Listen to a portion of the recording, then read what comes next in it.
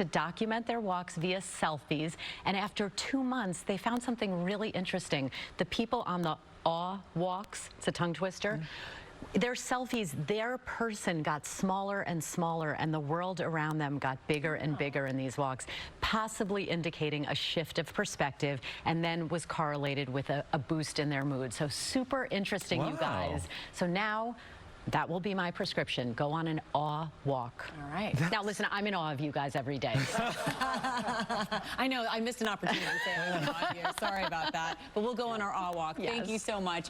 That is what you need to know on GMA3 for today. Thanks so much for joining us. Be sure to follow us on Instagram, Facebook, and Twitter. And please come back tomorrow. I'm Amy Robach. And I'm TJ Holmes. We're coming to you from our Times Square studio in New York City. And for Dr. Ashton there and all of us here at ABC News, have some fun today on this Friday, folks. We'll see you.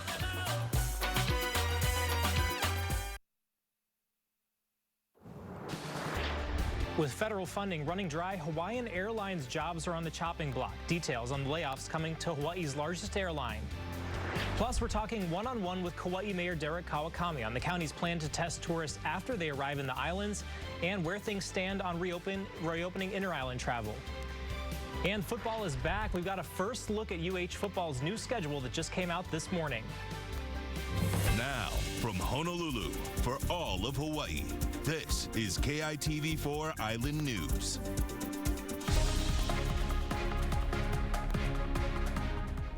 Thanks for tuning in to KITV4 Island News at midday. I'm Tom George. First, we go to some breaking news. The state just minutes ago reported 3 more Hawaii residents diagnosed with COVID-19 have died, raising the death toll to 139. 108 new infections were also reported. 15 more people had to be hospitalized overnight, and 42 more people recovered.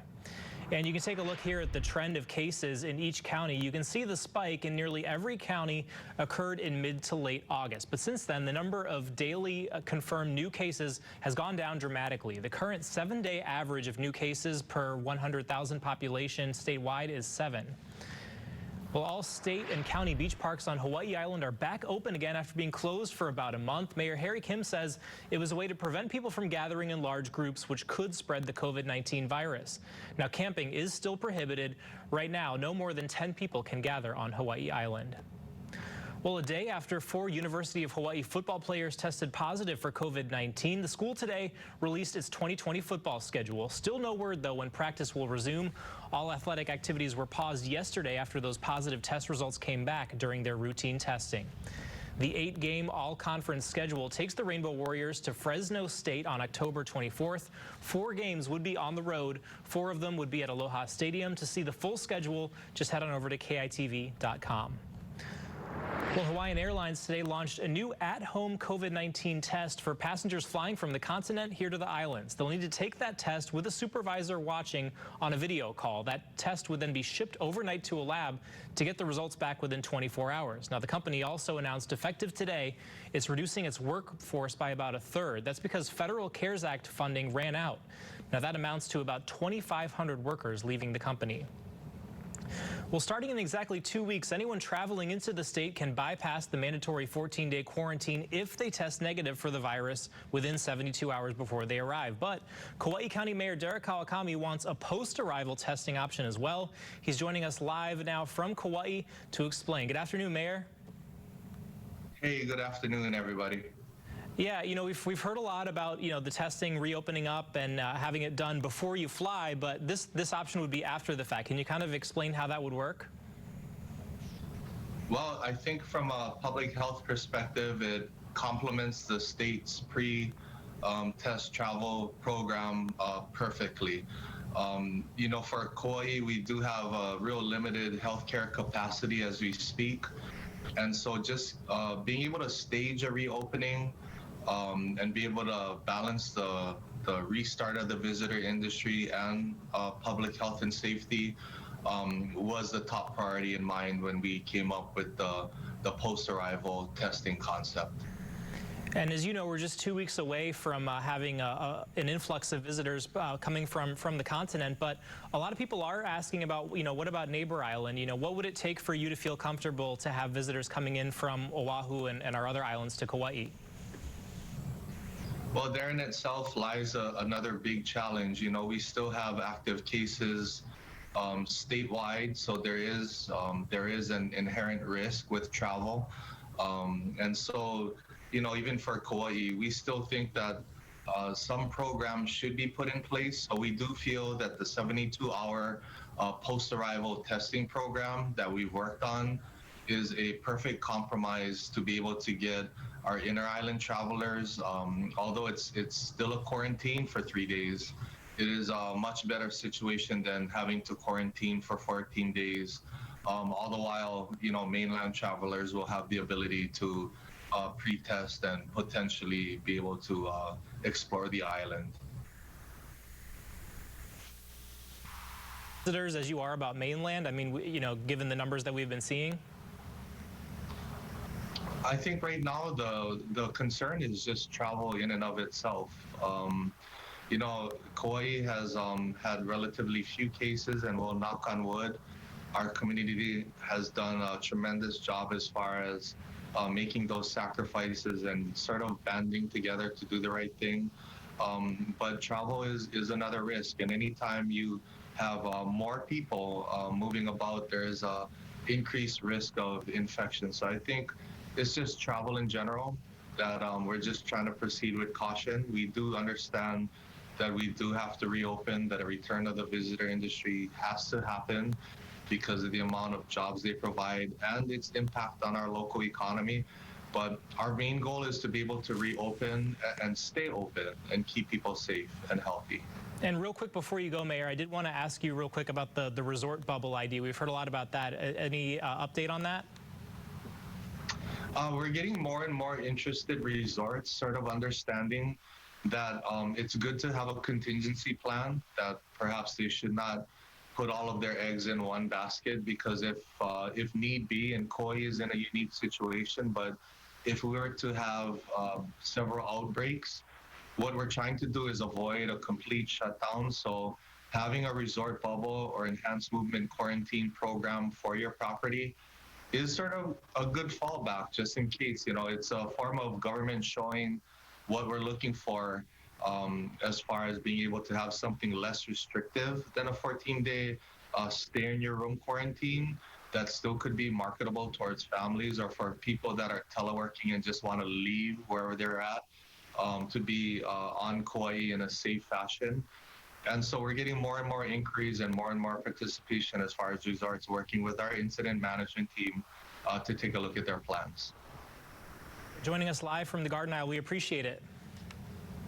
Thank you. All right. Well, the U.S. made no progress last month lowering the number of new COVID-19 cases each day. That's according to data from Johns Hopkins University. Emily Schmidt shows us the progress and problems in another month of this pandemic. For the first time since March, 500,000 New York City public school students are learning in person in school while living through a pandemic. We have fought back this pandemic so well for so long. Reopening schools, reopening indoor dining in San Francisco, where restaurants can now operate at 25% capacity.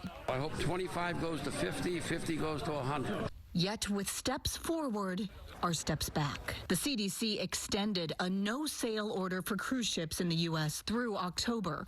Airlines are laying off thousands of people as emergency pandemic funding from Congress runs out. At the time we got the first CARES Act, we all thought we'd hopefully be in a better position relative to the virus than we are today. We're not. Thursday, Wisconsin reported their highest death count in hospitalization since the pandemic began, just as President Trump plans to campaign in the state this weekend. Under normal circumstances, a presidential visit for a community like La Crosse would be an awesome thing and be welcome. But the situation that we're in, of course, with the coronavirus really causes us to try to protect the community's health and safety. As the search for a COVID-19 vaccine continues, U.S. health officials urge Americans to get flu vaccines.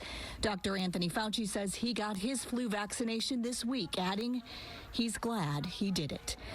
Emily Schmidt, KITV 4 Island News. All right, well, back here at home, Big Island residents can get a free COVID-19 test today at Volcano Cooper Center until 1 o'clock this afternoon.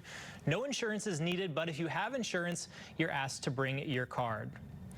All right, speaking of the Big Island, we're taking a live look out at Hilo Bay right now. Looks pretty dark and gloomy there on the Big Island. KITV4's Tasia Worley, though, she is standing by with a first look at our weather. Hey, Tasia.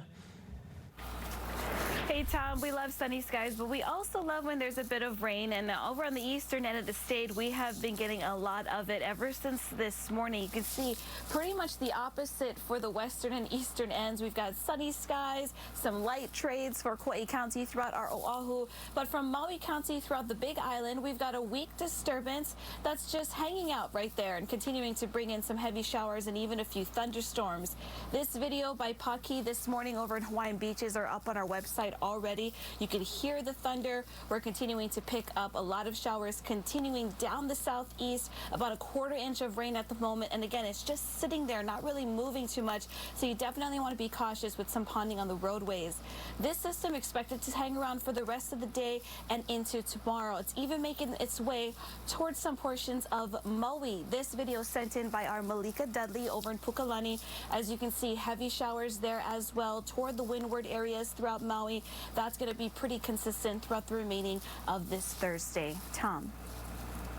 All right, Tasia, tracking it all for us. Thank you. Well, coming up, a disturbing plot for a chemical weapons attack on an Oahu apartment building was stopped before anyone could get hurt. Still ahead on KITV4 Island News at midday, the new details.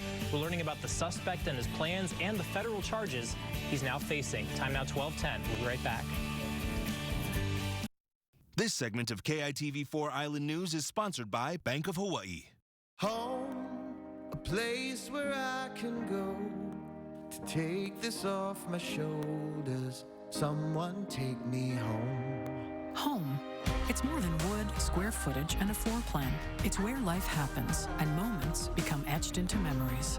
At Bank of Hawaii, we help more people buy and improve their home than any local bank. Applying takes just a few moments, but the memories last a lifetime. Simplify by Bank of Hawaii. Welcome to tomorrow.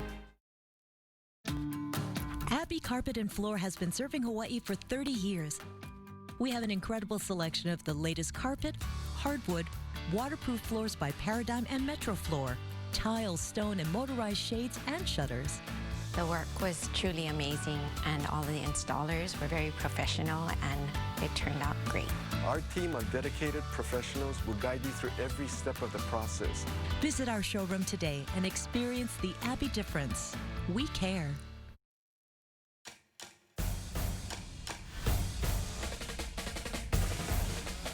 Built in America.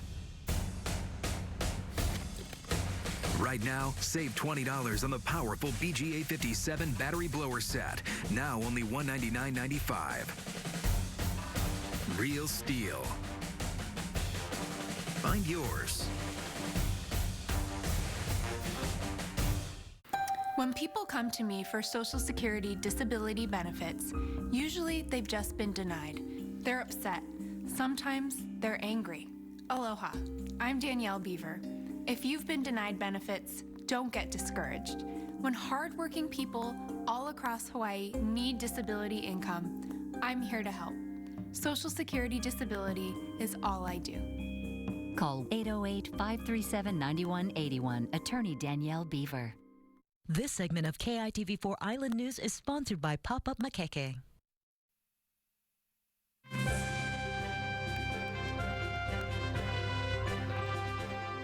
Welcome back. Time now 12:12. Hard to believe it's coming up fast. The general election now just 33 days away. In the race for the White House, bitter insults continue between both of the candidates. Elizabeth Schulze has the latest.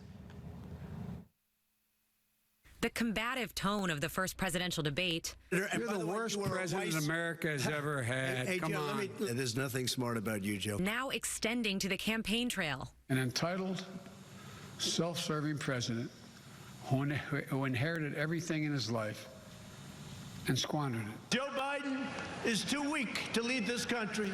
Both candidates ramping up their personal attacks despite warnings like these from voters after the debate. I turned it on but I got so disgusted I couldn't watch it. We're an embarrassment to the world. Some voters criticizing the president for refusing to condemn white supremacists during the debate. It would have been very, very simple and easy for him to just say, yes, I do not back white supremacy. That is terrible. We need to get rid of that. But today, White House Press Secretary Kayleigh McEnany again declining to explicitly condemn the right-wing extremist groups. Does the president denounce white supremacism and groups that espouse it in all their forms? This has been answered yesterday by the president himself, the day before by the president himself on the debate stage. The president was asked this. He said sure 3 times. The president also hurling anti-immigrant attacks against Somali refugee and Minnesota Congresswoman Ilhan Omar during a rally in the state last night. She tells us how to run our country. Can you believe it?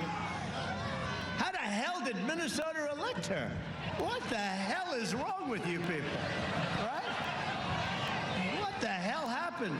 And with just 33 days until Election Day, the president continuing to wage unfounded attacks on the legitimacy of the election, a strategy some say is intended to discourage voters so they don't show up at the polls. This is going to be a fraud like you've never seen. This is not going to end well. Biden reassuring Americans their ballots will count, but they have to vote. I'm urging the American people, go out and vote.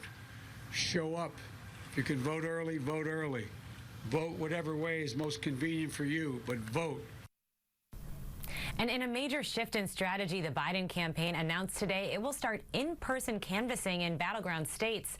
The campaign has been mostly virtual so far because of the pandemic. Elizabeth Schulze, ABC News, Washington. And President Trump today signed a bill that funds the government through December 11th. That essentially prevented the possibility of another government shutdown with the new fiscal year. And today marks 3 years since the 1 October shooting in Las Vegas, when a gunman opened fire onto concert-goers at the Route 91 Harvest Festival, shooting from the Mandalay Bay. 58 people were killed, making that the deadliest mass shooting in American history. Now, 3 years later, a settlement was reached with MGM, the owner of Mandalay Bay. A judge approved an $800 million settlement for victims and their families. There has never been, in the history of mass shootings, there has never been a settlement like this where both sides have decided, you know, we need to work together. We need to resolve this case. We need to try to give these victims some closure. And today, on the 3rd anniversary of the shooting, Clark County Sheriff Joe Lombardo officially raised that death toll from the shooting from 58 to 60. That's to include 2 victims who died within the past year from the injuries they suffered during that attack. And just on a personal note, before I moved to Hawaii, I was a reporter living in Las Vegas when that shooting happened. So this is also a day that's really hard for me and a lot of people out there, and one I'll never forget, especially the survivors I've come to know. But as hard as that day was, amazing seeing the community come together, and Vegas will always be a second home to me. So today, I'm thinking of all my friends and colleagues and sending love over to the 9th Island today, because we're always Vegas strong. All right, well, the Coast Guard is still searching for 2 kayakers reported missing off of Punalu'u Beach last night. The woman and man are both about 50 years old, last seen wearing yellow life jackets in a yellow 2-person kayak. Now, somebody who saw them leave reported them missing after they didn't come back by sunset. Well, new at midday, Honolulu police are investigating after a 2-month-old baby was found with suspicious injuries. Police say this happened sometime during the last week of September at a home in Kalihi. The boy was treated at a hospital for what police describe as substantial injuries. No arrests have been made. An Oahu man indicted for allegedly planning a chemical weapons attack on an apartment building attended Mid-Pacific Institute for grades 7 through 10. The indictment, filed by the Department of Justice, outlines 20-year-old Ethan Sandemeyer's plans. The place he was going to attack is not named, but it's described as a 40-story building with 450 residential units and a multi-level grocery store. It alleges that between December of 2019 and March of this year, Sandemeyer visited the building several times, taking pictures and even asking the building staff for floor plans.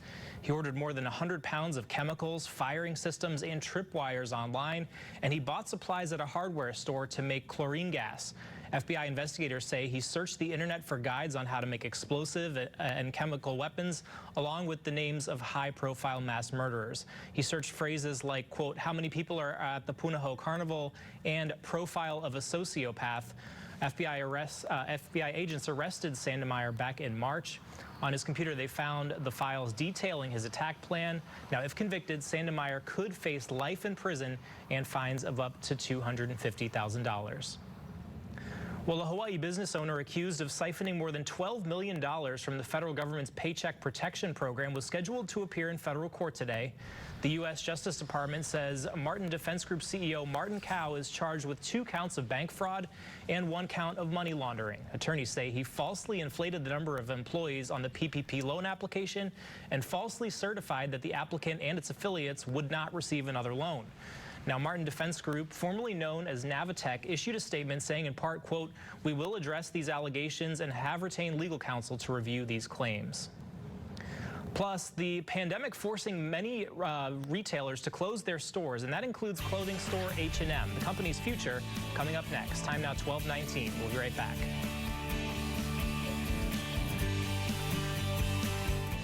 Have you ever performed for a political fundraiser before? I've been asked a lot of times. You're definitely going to get asked after the show airs, for sure. Hey, we're back with another 5 facts, and we're counting down to the 2020 general election with less than 5 weeks away. This week, we're talking about our mayor.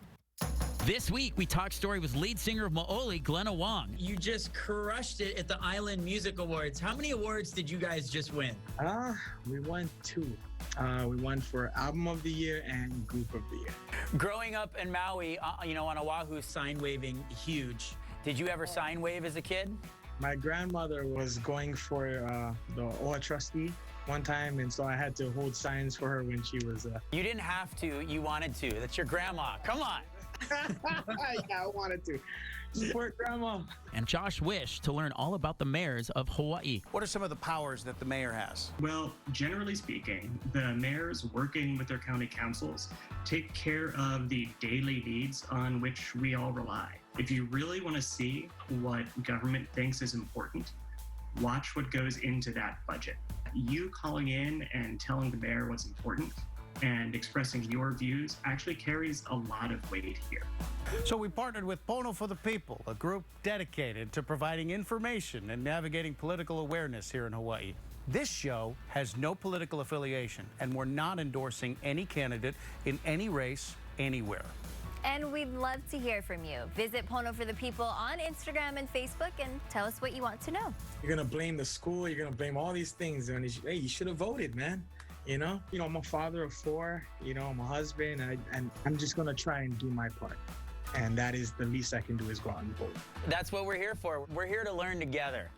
5 Facts with Maleko and Flash, Saturdays on KITV.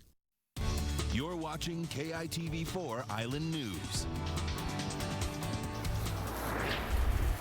Welcome back from Ni'ihau, Kauai, and our Oahu. We have a lot of sunny skies toward today, and then we are expecting some afternoon clouds, which we're already starting to see develop here over on the leeward side. Now, from Maui County throughout Hawaii Island, pretty much the exact opposite. We're dealing with a weak disturbance that is causing a lot of rain and even some thunderstorms on this Thursday. Donna Carey sent in this island pic from Hilo, and as you can see, it's still quite active, especially down the southeast, and we're expecting this to continue to the rest of the day into tonight and possibly for tomorrow. Now, that weak disturbance is also triggering some pop-up showers and heavier rainfall throughout Maui County.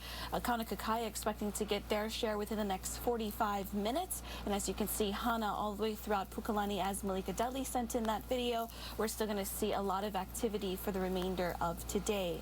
Now, we do have that weak disturbance expected to move up the island chain, so we could have some triggered heavy showers tomorrow from Oahu throughout our Kauai. And as that moves away, we'll have those trade winds fill back in starting over the weekend. Now, for today, surf is still out for the North Shore about 8 to 12. West-facing shores 4 to 7 with no warnings or advisories in place. High tide coming up today around 3:45, and we've got calmer conditions for the east 2 to 4.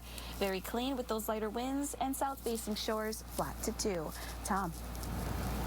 All right, thanks, Tasia. Well, clothing chain H&M says they're planning to close 250 of their stores nationwide. The company says the pandemic means more shoppers have been buying online. H&M has 5,000 stores worldwide, so the cuts account for about 5% of their stores. Not clear right now if any of those Hawaii stores will be impacted. Well, Well, the Wahiawa Driver's Licensing Center is back open today, but only for road tests. It's all part of an effort to prevent the possible spread of COVID-19 in the small facility. So if you need to take a written exam or any other services you might need, you need to go to the Kapolei Driver Licensing Center. The city says it's looking to relocate the Wahiawa Center in the future. Well, new at midday, the state education department says about 700 people participated in their virtual career fair on Wednesday. The department is looking to fill 400 open teacher positions. They're also looking for administrators and support services personnel. 3 other virtual job fairs are scheduled for this month. Well, a contest encouraging youth to get involved in COVID-19 prevention education needs your help. The students were encouraged to submit an original drawing and a video explaining how their drawing encourages COVID-19 safety. Well, the entries are in, and now you're asked to vote for the winner. A lot of great talent out there. Just head to the Philippine Medical Association of Hawaii's Facebook page. All right, more news and weather after the break. You're watching KITV4 Island News at midday.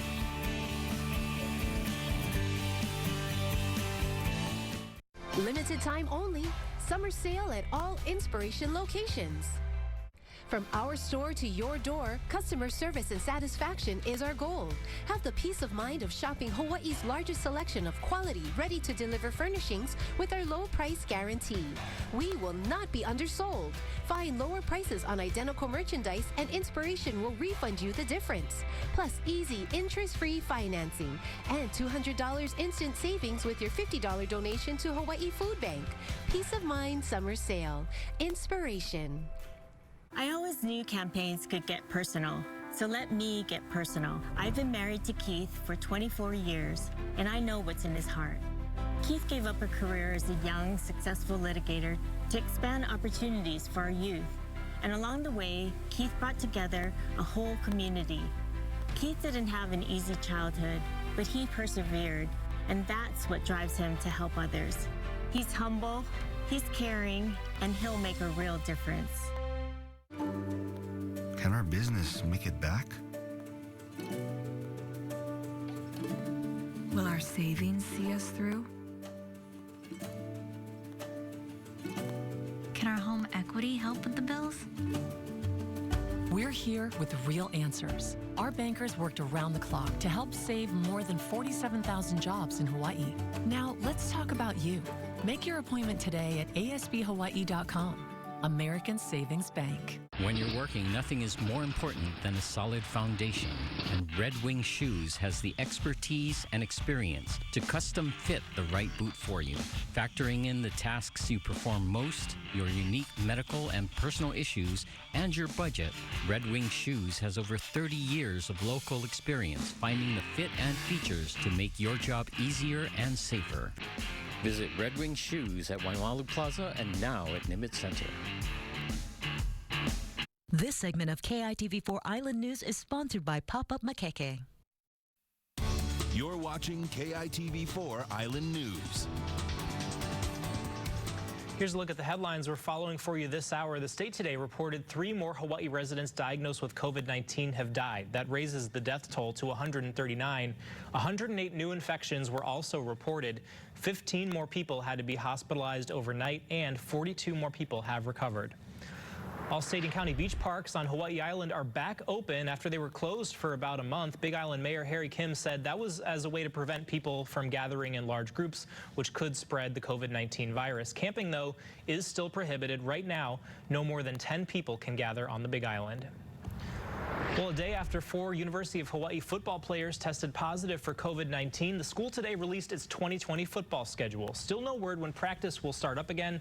All athletic activities were paused yesterday after those positive tests came back during their routine testing.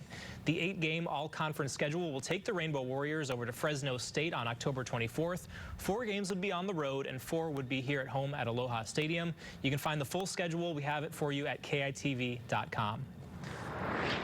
All right, well, today we want to recognize Mrs. Charity Sorgi. We're told Mrs. Sorgi is a special education teacher at Mokapu Elementary School. The person who nominated her says she gives unconditional love to her students by giving them access and guidance to being their best each and every day. So a big thank you to Mrs. Sorgi for your na mea pono. Love our teachers.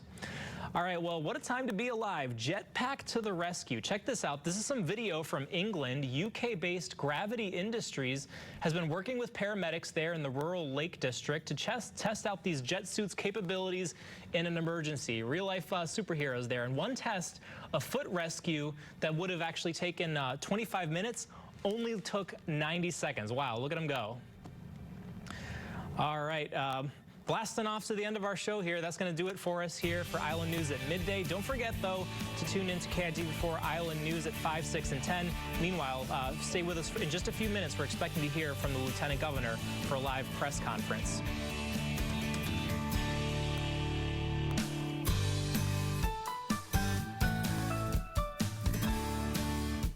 Breaking news first on Good Morning Hawaii. Digital news on demand, KITV.com. After suffering from abuse for a long time, feeling safe and supported was important to me. I didn't know how to achieve that. I got help from the Domestic Violence Action Center at court. My advocate was with me every step of the way. My kids and I have hope now, and we see the future without fear. There is help, and there is hope. From the Domestic Violence Action Center. If you or someone you know needs help, go to domesticviolenceactioncenter.org and let the hope and healing begin. If you've been injured, insurance companies will try to deny your claim. It will be a legal battle, and you deserve to win. Call an experienced injury attorney. Call Judith Ann Pavey. Watch KITV4 Island News tonight at 10. Justice with Judge Maybelline will be life, because in everything we do, it involves the law. You came to court to testify about what you heard, what you saw, and what you know. She's fair. I don't have a hearing problem. This ear works good. This one works even better. She's firm. I'm not responsible for that ticket, and I'm not going to pay for it. Who says you're not going to pay for it? I make that decision, not you. She's honest. What you have to say? All I have to Nothing. say. This is Justice with Judge Maybelline. Sabrina Ruiz is suing Cody Mendoza in the amount of $3,616. Ms. Ruiz claims Mr. Mendoza failed to repay her for a car she says she purchased on his behalf when they were dating. Mr. Mendoza claims he only agreed to pay for the insurance and some clothes the plaintiff bought for him. Mr. Mendoza is countersuing for lost wages and harassment. In the matter of Sabrina Ruiz versus Cody Mendoza, Ms. Ruiz, you're suing for the cost of a vehicle and other items you purchased on behalf of the defendant. Mr. Mendoza, you have a countersuit saying that she caused you to lose your job, and therefore you're asking her for $1,500 in back. Travel testing program. We want to send it right over to the Hawaii Convention Center. Let's take a listen. Discussion. Status update from me today. I'm your COVID liaison, and it's on behalf of the governor and the cabinet, our senior leadership team. We have General Hara, new director of health, Libby Char, Ginny Pressler, who's a prominent former director of health, and also a leader in our community. So lots of updates for you today. What I want to do, though, is I want to start right off the bat, before I go to my first slide, and just reflect on where we are today as a state. With COVID, we had 108 cases today. We had 130 individuals in the hospital. And for perspective, because a lot of that will inform where we are for the pre-travel testing program, 130 cases in the hospital is significantly lower than what we've been facing. We got up to as high as 318 individuals in the hospital, so having 130 is a significant decrease in our hospital settings. Today, 5.9% of those who were tested positive. That positivity rate's still a little higher than I'd like. Of course, we've had 139 fatalities, and many of them were tragically on the Big Island at our Veterans Center. There will be new leadership there to help out with that service. We have 2,036 active cases, most of which are on Oahu. And that's also very important because we do look at our state through the lens of where the disease is most dense and also how it's affecting the neighbor islands, where there are far fewer cases, particularly on Kauai. All of these different nuances of the disease do end up affecting how we look at our policy. So let me dive in. I know you're eager to see the basic, rock-solid information about what it will look like on October 15th. So Hawaii's pre-arrival COVID testing program. October 15th, we will allow people to come into our state if they've had the right test. It's got to be negative, obviously, and not have to do the 14-day quarantine. But here are the details. Individuals will need to get an FDA-authorized nucleic acid amplification test. The code is NAAT test from a certified CLIA lab. That's very important. People need to get the right test. If they get an antigen test, it will not count. If they get an antibody test, it will not count. And they're going to have to do it from our trusted partners. That's very important information. We'll unpack that in a moment. It will be for inbound passengers from the U.S. mainland.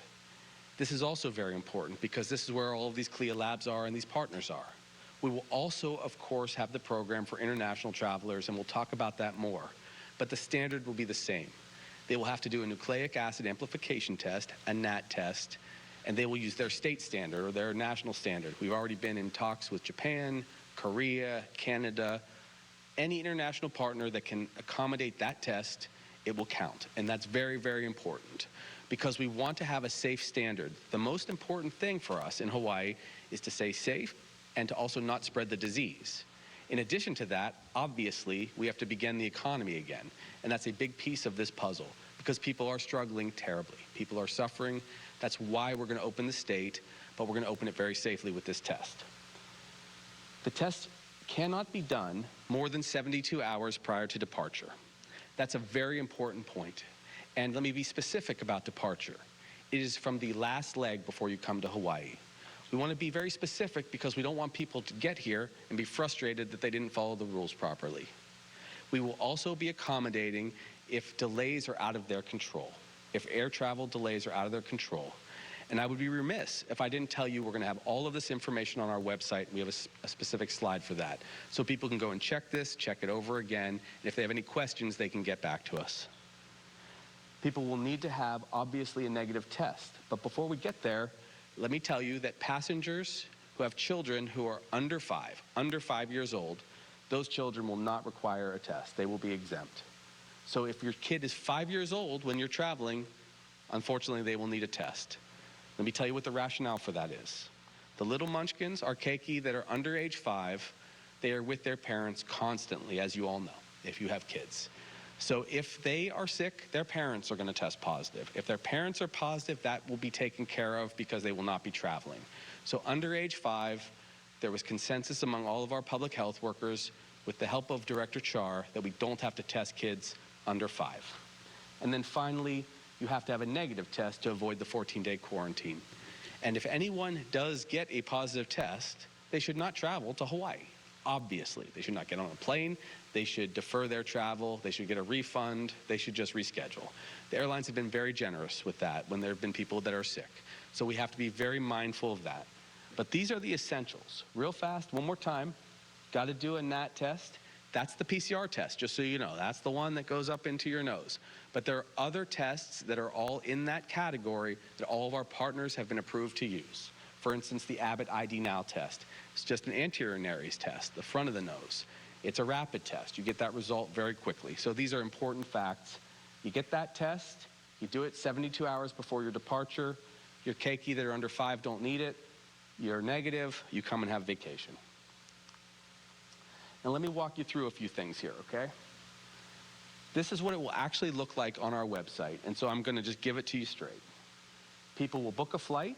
They go to travel.hawaii.gov, and they begin the process where our Safe Travels program can help register them. When you look at this, you can see that all the details are there.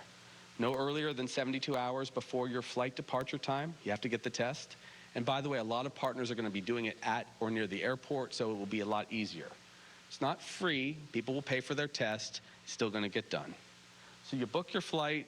All adults who are 18 and over will register on the Safe Travels program, travel.hawaii.gov. No earlier than 72 hours. I'm saying it a lot because I want people to just know it's that 72-hour window right before travel. That will mean it'll be very low likelihood people are going to be positive or sick in any way when they come to Hawaii. Not perfect, but very good. All travelers under the age of 5 do not need to go. And remember, you see there, and it's written there, no antibody or antigen tests. There it is, okay? go back one more time there. No antigen or antibody tests will be accepted. That's very important because I don't want people to take the wrong test. Over time, if some of the antigen tests are adequate, if their sensitivity and specificity is good enough, good. We will get cheaper tests for people, and we'll continue to update this every week. Let me go forward just so you can see. Now, this is how it appears on the website and on your cell phone, too. When you dive into this next slide, you can see the process. If you're going right down the side, you log into the Safe Travels account, you fill out your travel questionnaire, it takes a couple minutes, maybe 5, and then you get a QR code. Remember, you're doing this just before you come to Hawaii because we want to know, are you sick right before you come? Because we're doing a lot of things for safety. It's not just the pre-travel test. It's also, did you tell us that you had symptoms that would make us worry? Did you tell us that you may have had a fever? Did we have to do some secondary screening to even further reduce the risk? Then you have your QR code and you travel to Hawaii, which is a great thing. You're still going to socially distance. You're still going to, did I get ahead of myself here? No, I didn't. You're still going to not only socially distance, you're going to still wear a mask when you're in Hawaii based on all of our rules. You're going to make sure that you follow everything that we set up as a standard. And you can see how these things flow here. Now, if somebody, they're flowing straight on down, they arrive at Hawaii's airport, they show their QR code, and the data has been pretty good going into our system. It should be all completely done, although most of it's getting tested now by the 9th of October, and then we will do some beta testing. You arrive in Hawaii's airport. You're here for a vacation. Now, if, however, you didn't get your test result back because you got it just the day before and you rolled the dice, or 2 days before, you will quarantine until you get your test result. When you upload your test result, the artificial intelligence software will tell us, yes, that's a negative test, it's a qualified test, all of our partners have vetted this, and then you'll be free to go out of your quarantine. But you have to stay in until you get your test result. If everything went smoothly, you're already on your vacation, you're probably on the beach with your family, still take a mask with you. If you're waiting in the middle, you'll remain in quarantine until you get that result and clearance. If you test positive after arrival, in other words, if you don't have your test result and you get here and your test comes back positive, you will have to quarantine for the full duration of your disease. And that is a challenge because also your family, because they are a close contact of you, will have to isolate with you. Very important. If some people still choose not to do a test whatsoever, they will still go to the quarantine. They'll be able to travel into Hawaii. And that's how we approach this. I'm going to go over a couple other protocols here because I think people get the idea. It should be very straightforward. You get your test within 72 hours of your departure, you go into the software, you line it up, and then when we get here, we will have a lot of people to accommodate you at the airport. It will be a little slower than it has been before, but we don't expect a lot of travelers at first. We expect somewhere between 5,000 and 8,000 travelers a day at best. That is a good start, though, and I will go over some numbers that we're starting to see as projections. Now, once you've gotten here and you've gone through the airport, remember, we're going to check you for symptoms. We're going to make sure that you're well. If you're not well, you'll do secondary screening, where we'll be able to test you also. And I've already jumped over to what it looks like if a person has symptoms. If a person has symptoms, these are just the standards of care.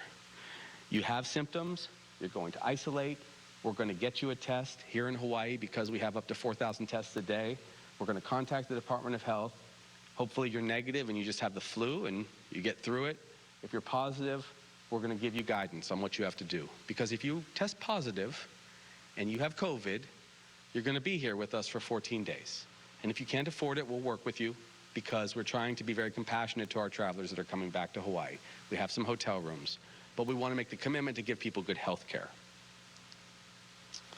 Now let's go on to what it looks like for our website. Now, www.hawaiicovid19.com. I hope people go there a lot. This website is very thorough. It's going to have updates every day. We're going to continuously update this website in some big parts and some small parts. There's going to be a lot of frequently asked questions, more than you can imagine. We're going to have frequently asked questions and less frequently asked questions, some of the rare questions, but we want to still be available. We're also going to have a call-in line for people round the clock, best of our ability to answer these questions, because a lot of people say, what test can I do, and so on. That'll be the first thing that we usually answer. But if you go to hawaiicovid19.com, you're going to get most of the information real fast. Now let's talk about some of the things that you're very interested in. At least a lot of people have been interested in asking me about this. So who are our trusted partners? Because remember, I want to be very specific about this. The governor and the team have made the decision that the best approach is to use trusted partners, because we will have the idea that they have the right test. They will be able to give it to us quickly. They are working with us in a way where we know that we won't have any kind of flaws. The system should be more efficient, checking people in, and they'll do the right test. We don't want to catch anybody doing their best but getting the wrong test. So as you've heard already, we have Walgreens nationwide. We have Kaiser, which has a huge West Coast presence. And I will mention also, it's interesting, Kaiser has decided to actually pay for the test if it's for travel, because they feel that that is a good, healthy thing to do to prevent the disease from spreading. And then finally, CVS. And CVS is a very, very large partner, 2,000 places across the country.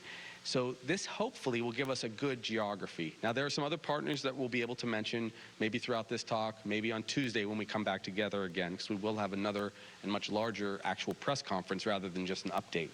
But these are previously announced partners, and you will see in a moment when I show you a slide that they are already putting on their website some of the ways to get the test. A lot of people have been asking, I went to CVS website, I didn't see anything. As we get closer to the date where you could actually use it. Remember, none of this is relevant until the 12th, which will be 72 hours before the first departures can occur on the 15th. None of this will be relevant, so you don't want people getting tested on the 11th, 10th, 9th. That will be too soon, unless they're part of the beta testing. So this is a good news piece of slide. This slide tells you that there will be lots of places across the country to get tested. Now, what does it mean? Look what CVS is already putting on their website. They have minute clinics where you can go in. The idea is in a minute, you get a little bit of a quick visit with a nurse practitioner or a physician assistant or a doctor. CVS will begin offering self-pay COVID testing. Now, you will pay out of pocket for this. It's not going to be everybody, because you can't go down all the way, unfortunately, to 7-year-olds. We will have some other mechanisms to check young people. Some of them are mail-in tests. But in order to test, you will go to their website and schedule a visit. They're going to have a box right there to click, and it's for voluntary testing. There has been a shortage of testing companies around the country for a time. That has lightened up quite a lot. But that's why we're trying to have a lot of partners so that people have multiple options. Remember, the first test will, I got ahead of myself there. The first test will be conducted at the earliest on October 12th, 72 hours before the October 15th launch of the program. They'll take appointments as of October 10th at CVS. They've posted that on their website like you see. And some partners are testing 5 and up, just so you know, but they aren't all. And if you'll go to check at Hawaii COVID-19, we'll give you updates on each of them. We'll have a chart eventually there, show all the different age groups that you can do it at. And that's important because I know everyone is going to want to come to Hawaii with their children. Now, some of these test partners are also going to test by mail. And I know that that was a point of contention, so I want to be very clear about that. These tests will utilize telehealth.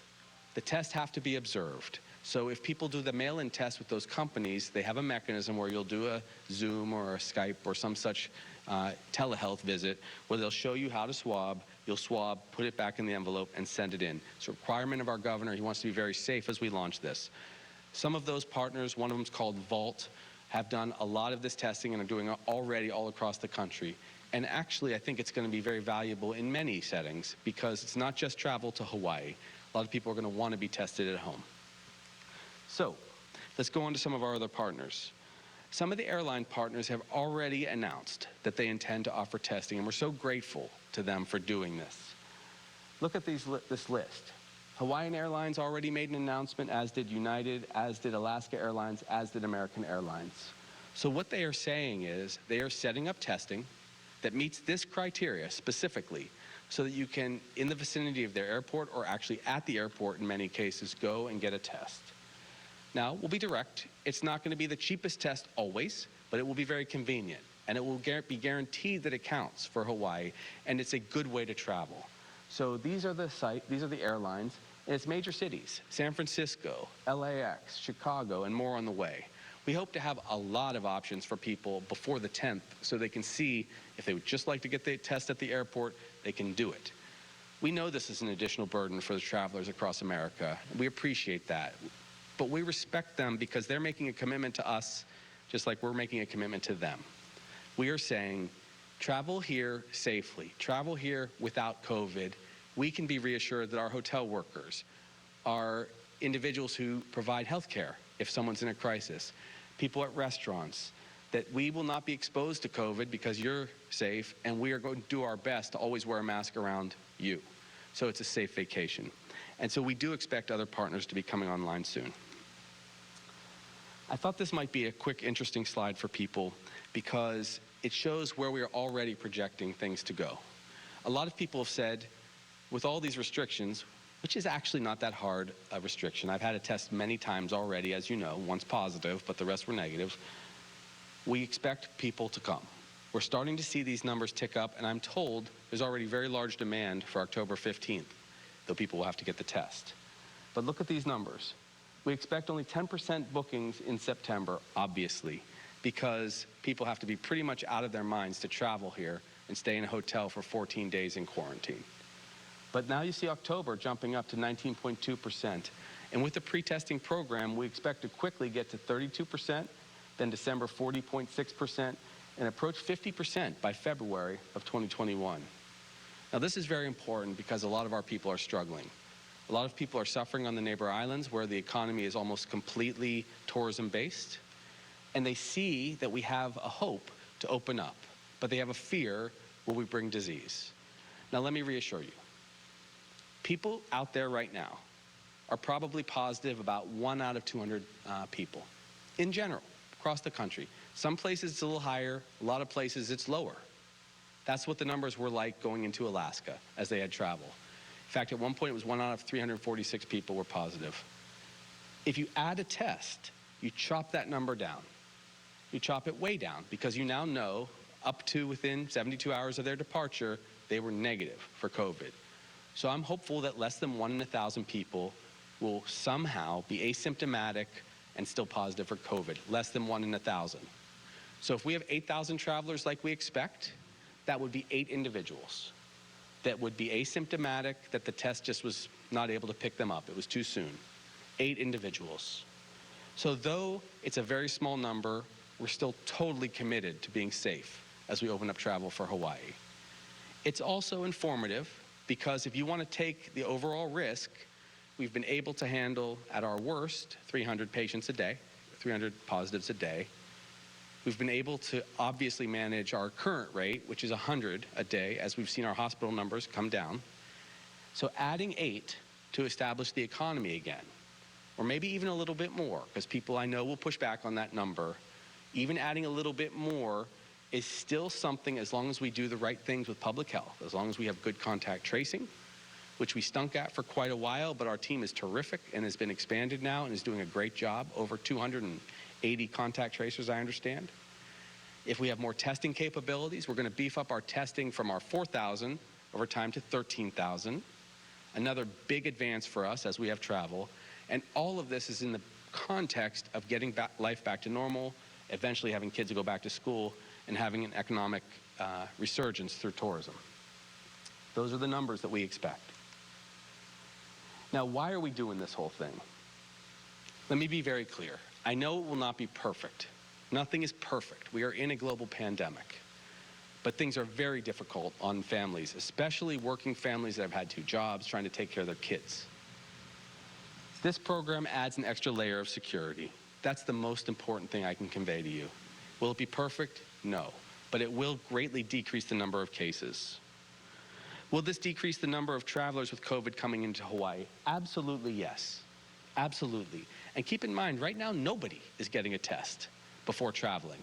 They're going into quarantine, and then they're breaking the rules and skipping out on quarantine. So really, we are trying to add an extra layer of security. It lets our travelers reconnect with the island safely. We love the idea of not only having travelers back when there's not very many people out there and having a great vacation, but doing it with low risk of spread. And then finally, It will reduce the risk to our frontline workers, who are heroes. These are the guys that are going to be in the hotels with a lot of people coming in, and I know they're going to be concerned. So we have to offer them more protection, PPE, tests routinely if they would like. That's why I want to keep many of our tests available to them. But with the probability way down that anyone travels here is positive, they have less to worry about. And finally, we will restore some economic activity, jobs, and the livelihood for our people. It is heartbreaking to see people in food lines. That is unacceptable, and that's why we're doing this program. We had to open at some point. A couple other points, and then I'll take questions if it's something you'd like me to do.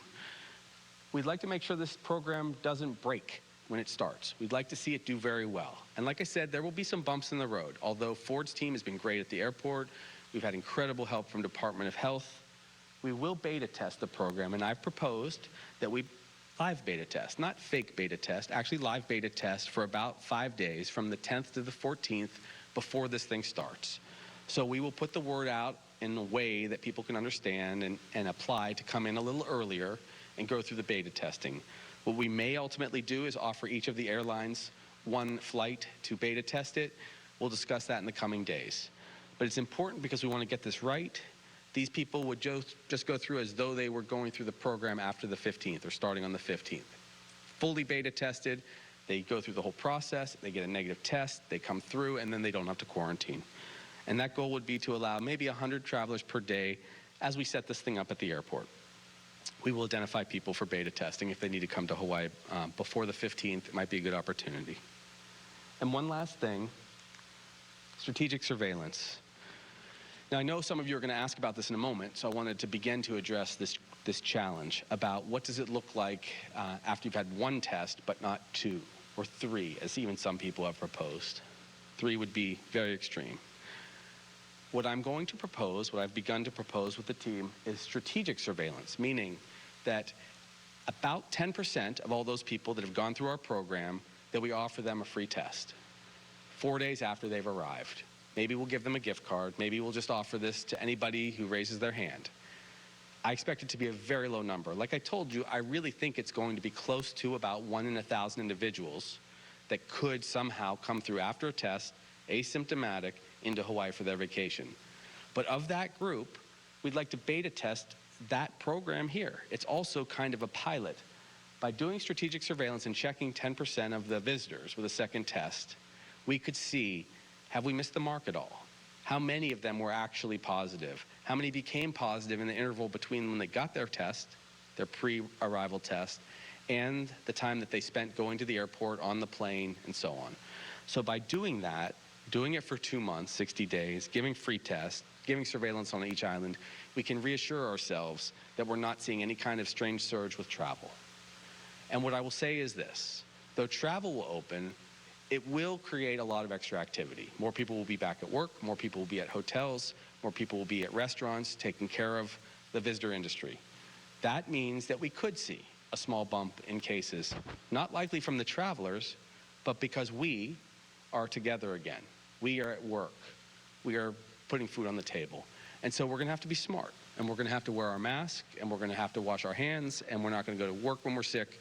But that's where I expect we'll get increases in cases more than anything, by not following our own rules as we take care of some of the tourist industry. But I think it will be well worth it, and that's why we're proposing it. Okay, so that was the update I had for you. I hope that's been somewhat informative about what the program looks like. There are some questions I know that remain, and I'm sure we're going to have them here in a moment. But I want to be respectful, and I'll say this up front, I want to be respectful of the mayors and the governors. They have to make some additional decisions.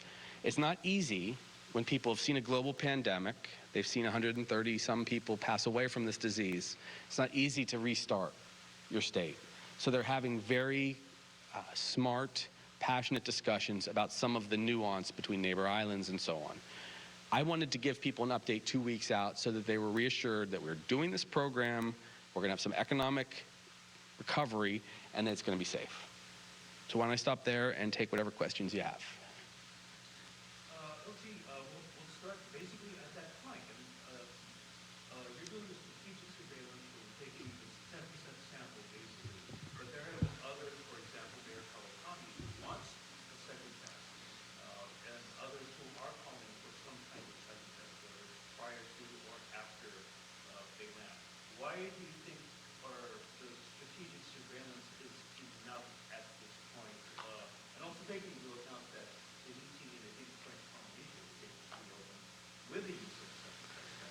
Sure. Okay, so there's a lot of important questions. A lot of people ask, why not just do a second test? And that's a very good question. It's the numbers. Right now, like I said earlier, the most tests we have is 4,000 tests in a given day. I don't think we've ever done more than 4,000 tests in a day, except when we did that massive surge testing, which was for asymptomatic individuals driving their cars down the highway, okay? Very unusual. We've never otherwise gone anywhere, past 4,000. We're gonna have soon 8,000, 7,000 travelers a day. If we required a second test statewide, I'm just